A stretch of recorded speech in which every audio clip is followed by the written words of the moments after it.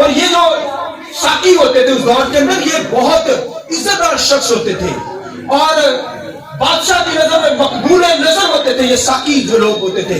لہذا نہمیا جو تھا وہ بڑا اپنے اس دور کے اندر غلامی کے اندر گیا ہے مگر بڑا آنریبل شخص تھا. عزت بادشاہ کے سامنے اسٹینڈ لینے والا کھڑا ہونے والا شخص ہے اور ہر وقت ایکٹیو وفاداری دیانتداری کے ساتھ بادشاہ کی خدمت کر رہا تھا مگر اندر ہی اندر وہ کیا کرتا تھا اس کا دھیان یروشلم کی طرف تھا اپنے ملک کی طرف ہیکل کی طرف اس کا دھیان.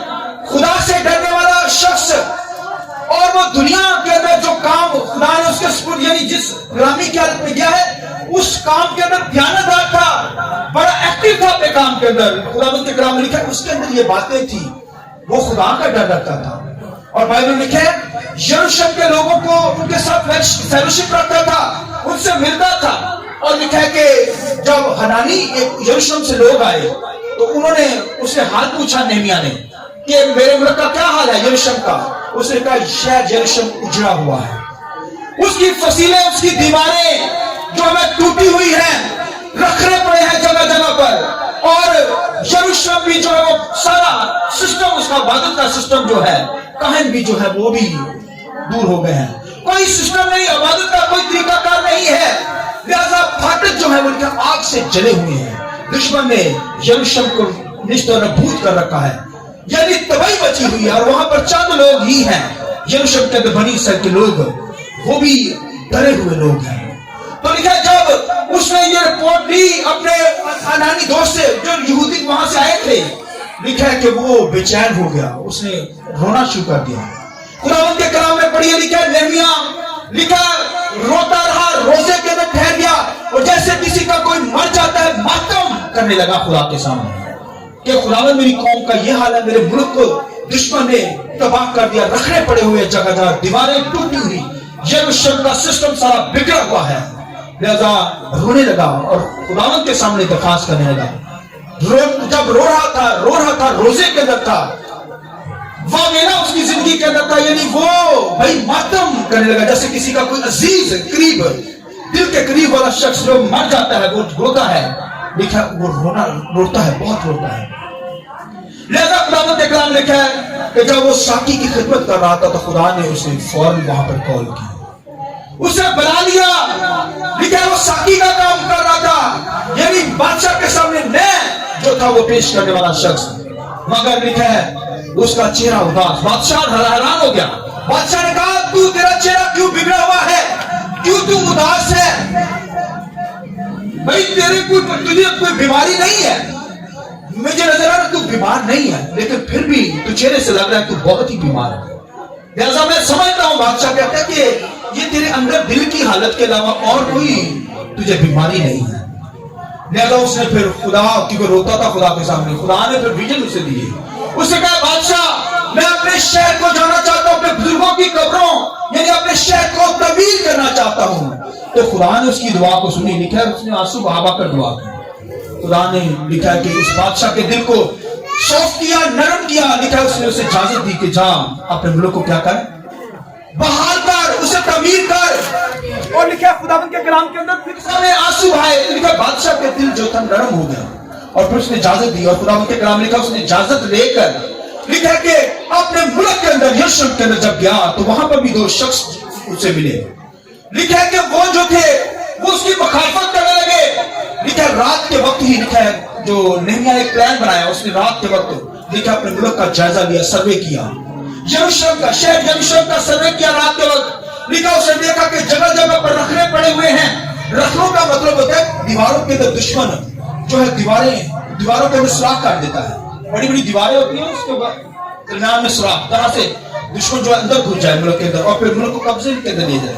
پھر دمدمے باندھے جاتے تھے اس دور کے اندر. دشمن جب کسی قوم پر انہوں نے لڑائی کرنی ہوتی تھی ملک کو فتح کرنا ہوتا تھا جنگ کرنی ہوتی تھی پھر دمدمے کہتے سلیب ہوتی جیسے ایسے سلیب جیسے جاتی ہے. سلیب جو ہوتی تھی وہ دشمن بنا دیتا تھا تاکہ وہ بھاگتے ہوئے کیا کرے دوسرے ملک کے اندر یہ دیوار پھاڑ کر دوسرے اندر چلے جائے اور پھر وہ کیا کرتے تھے اس ملک کو اپنے قبضے میں کر لیتے تھے. لہٰذا اس وقت جو ملک بنائے جاتے تھے جیسے پاکستان ہے پھر اور ملک ہیں وہ اپنے ملک کے یعنی اپنے ملک کے ارد گرد یعنی اس کی چار دیواری ایک بناتے تھے، جیسے پروٹیکشن وال کہتے ہیں، اسے فصیل کہتے ہیں. لہذا لکھا اس نے جب سروے کیا تو ملک کا جو یروشلم کے گرد بھی جو فصیل بنی ہوئی تھی، دیوار بنی ہوئی تھی، لکھا ہے وہ گرائی گئی، پھر جگہ جگہ پر رکھنے پڑے ہوئے ہیں، اور پھر سلیبس بنی ہوئی ہیں. دشمن آتا جب بھی آتا ان کو لوٹ کر لے جاتا.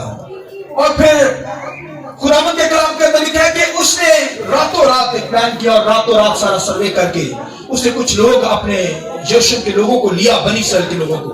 اس نے کہا تم دیکھتے ہو کہ ملک شہر جو ہے وہ برباد ہوا ہے، اس کی دیواریں فصیلیں ٹوٹی ہوئی ہیں، اور پھر لکھا ہے پھاٹک آگ سے جلے ہوئے ہیں، اور پھر لکھا ہے ہیکل کا سسٹم بھی لکھا ہے سارا بکھرا ہوا، کوئی عبادت نہیں کر رہا وہاں پر، یعنی سسٹم اس طرح بن گیا. لہذا لکھا ہے لوگوں کو کہا کہ ہم ذلت نہ یعنی ہم ذلت کا برتن نہ بن جائیں، ہم دنیا میں ذلیل نہ ہو جائیں، لہذا او ہم کیا کرتے ہیں یروشلم کی تعمیر کرتے ہیں. تو لکھا ان کے لوگ ساتھ یروشلم کے لوگ مل گئے، پھر اس کے ساتھ جو فوجی تھے بادشاہ نے بھیجے وہ بھی تھے، اس کے جو دوست تھے وہ بھی تھے، اور لکھا انہوں نے مل کر جب کام شروع کیا تو وہاں پر مخالفت ہونا شروع ہو گئی، حالانکہ وہ ملک شہر کو یروشلم کو تعمیر کرنے لگے. اور وہاں پر لکھا ہے کہ دو شخص تھے، انہوں نے نہایت مخالفت، ان کو پتا چلا کہ نہمیا آیا ہے، یہودیوں کا خیر خواہ کوئی آیا ہے، اپنے ہی ہو کر لکھا انہوں نے مخالفت کرنا شروع کی. ان کو جب وہ دیوار بناتے وہ اٹھا دیتے، رات کو جا کر جو کام کرتے وہ اٹھا دیتے، پھر ان کے لوگوں کو مارتے. لہذا خداوند کے کلام میں لکھا نہمیا نے پلان بنایا، اس نے پھر ایک ٹیم تیار کی، انہی مزدوروں کو جن سے وہ کام لیتا تھا، انہی یروشلم کے لوگوں کو لکھا لوگوں نے مل کر کام کیا. انہوں نے ایک ہاتھ میں تلوار پکڑی ہوتی اور ایک ہاتھ سے وہ کیا کرتے تھے، کام کرتے. اب دیکھیے یہ اس قدر کہ کہیں دشمن آ کر ہم پر حملہ نہ کر دے، کہیں دشمن آ کر پھر دوبارہ سے رکھنے نہ ڈال دے. وہ دیوار بناتے وہ لوگ اٹھا دیتا، اسے ختم کر دیتا. تو اپنے ہی تھے، باہر سے نہیں آتے تھے. لہذا دو شخص بائبل میں لکھے ہیں انہوں نے مخالفت شروع کر دی بڑی ٹیم کے ساتھ. لہذا قرآن کے کلام کے اندر لکھا ہے کہ پھر انہوں نے ایک پلان کیا کہ ایک ہاتھ میں وہ تلوار پکڑے رکھتے تھے اور ایک ہاتھ میں وہ کام کرتے تھے. اس لیے اگر زبور 137 پڑھیں تو وہاں پر خدا کا بندہ زبور نویس کیا کہتا ہے، اے خداوند، اے یروشلم، اگر میں تیری سلامتی نہ چاہوں تو پھر میرا دہنا ہاتھ جو ہے وہ سوکھ جائے، اپنا ہنر بھول جائے. یعنی میں تیرے لیے اگر کام نہ کر سکوں تو اس ہاتھ کا کیا فائدہ، اگر ہنر بھی ہو تو خداوند کے لیے کام ہی نہ کر سکے. تو وہ کہتا ہے میرا ایک ہاتھ سوکھ جائے، اور اگر خداوند میں تیری خدمت کا کام ہی نہ کر سکوں، میری زبان میرے تعلق سے جا کر چپک جائے.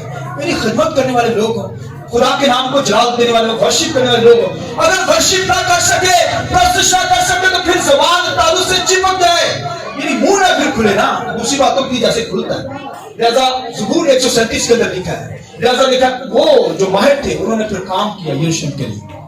لہذا نہمیا جو تھا گرامی کے اندر تھا، مگر ساتھی کے طور پر خدمت کا کام کر رہا تھا، مگر اپنے کام کے اندر مصروف تھا. لیکن خداوند نے وہاں پر سے کال کیا.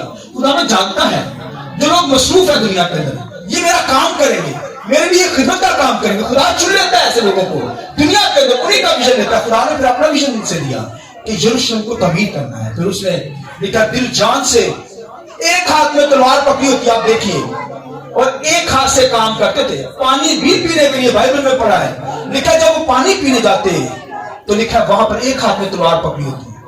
کپڑے نہیں چینج کرتے تھے، 52 دنوں کے اندر انہوں نے کپڑے نہیں چینج کیے، دن رات انہوں نے کام کیا. اور لکھا ہے دن رات کام کیا، کپڑے نہیں چینج کرتے تھے کہ کہیں کپڑے چینج کرتے ہوئے دشمن آ کر ہمارے کام کو نہ بگاڑ دیں. ہاللیلویا. یعنی یہ لیڈرشپ کی نشانی دیکھیے، دن رات خدا کے لوگ کام کرتے، انہوں نے کام کیا. اور لکھا 52 دنوں کے اندر شہر تعمیر ہو گیا. آئیے خداوند کی جلال کریں. 52 دنوں کے اندر انہوں نے شہر تعمیر کیا ہے، حالانکہ بڑی مخالفت ہوئی ہے. دشمن آتا ان کے سارے کام کو بگاڑ دیتا، ڈھا دیتا، مگر وہ دوبارہ اسے بناتے. پھر لکھا ہے کہ انہوں نے ایکٹیو ہو کر خداوند کے لیے کام کیا. اس لیے مجھے اور آپ کو بھی خداوند کے لیے کام کرنا ہے.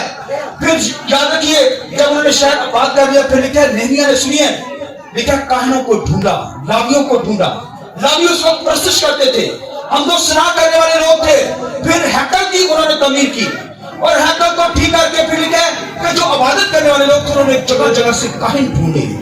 کاہنوں کا سسٹم یہ تھا کہ انہوں نے اپنا 10% دینا چھوڑ دیا.